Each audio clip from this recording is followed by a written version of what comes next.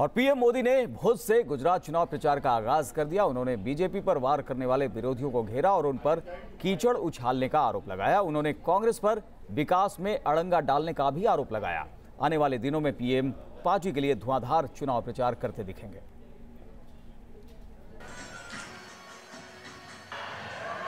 भगवान के दर पर पीएम मोदी, मंदिर में पूजा अर्चना, मां की उतारी आरती।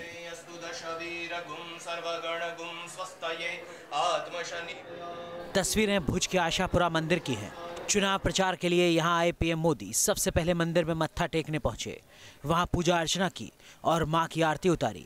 मोदी मंदिर से बाहर निकले तो लोगों का हुजूम उनसे मिलने के लिए खड़ा था। पीएम ने लोगों को निराश नहीं किया।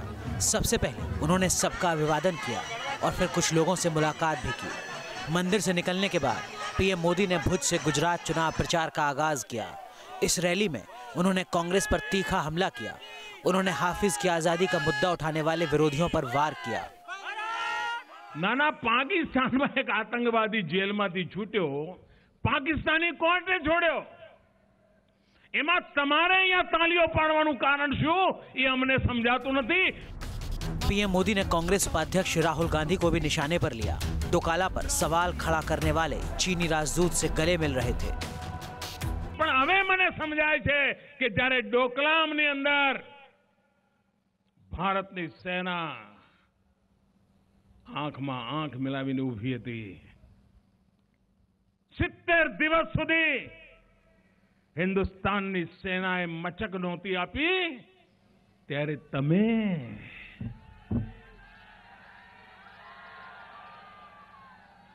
चीनना एम्बेसडर ने गले लगावता था। कांग्रेस ने भी पीएम मोदी पर जोरदार पलटवार किया है। कांग्रेस नेता जयवीर शेरगिल ने कहा कि जनता उनकी बातों में नहीं आने वाली। चुनाव प्रचार की बजाय माफी अभियान चलाना चाहिए। 22 वर्ष का जो जनता का विनाश किया है उसकी माफी मांगनी चाहिए। और दूसरी, 3.5 साल बाद जनता को समझ आ गया है कि हर चमकने वाली चीज सोना नहीं होती। जनता अब मोदी जी की चमक धमक की राजनीति और लच्छेदार भाषणों से प्रभावित नहीं होती। अब जनता उनके शासन का हिसाब मांग रही। चुनाव प्रचार तेज होने के साथ नेताओं के बीच जुबानी जंग तेज हो चुकी है, क्योंकि सत्ता के सेमीफाइनल में कोई किसी से पीछे नहीं रहना चाहता। भुज से सैयद आमिर हुसैन के साथ टीम न्यूज़ नेशन। चुनाव प्रचार की जोरदार शुरुआत की है पीएम मोदी ने और साथ ही कीचड़ उछालने वाले विरोधियों पर भी जमकर वार किया है। અહીંયા એટલો બધો कीचड़ ઉછાળ્યો છે, એટલો બધો कीचड़ ઉછાળ્યો છે કે હવે કમળનું ખીલવાનું બહુ આસાન થઈ ગયું છે। જેમણે આવીને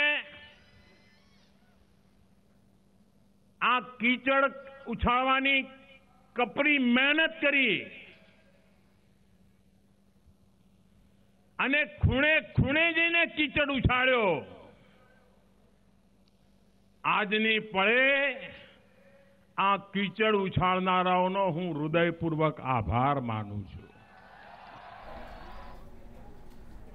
और प्रधानमंत्री मोदी की अगुवाई में बीजेपी ने गुजरात चुनाव के लिए धुआंधार प्रचार शुरू कर दिया, तो दूसरी तरफ पार्टी ने अपने उम्मीदवारों की छठी और आखिरी लिस्ट भी जारी कर दी।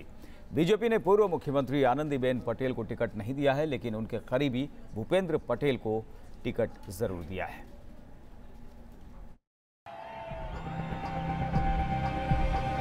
एक तरफ धुआंधार चुनाव प्रचार, दूसरी तरफ उम्मीदवारों का ऐलान।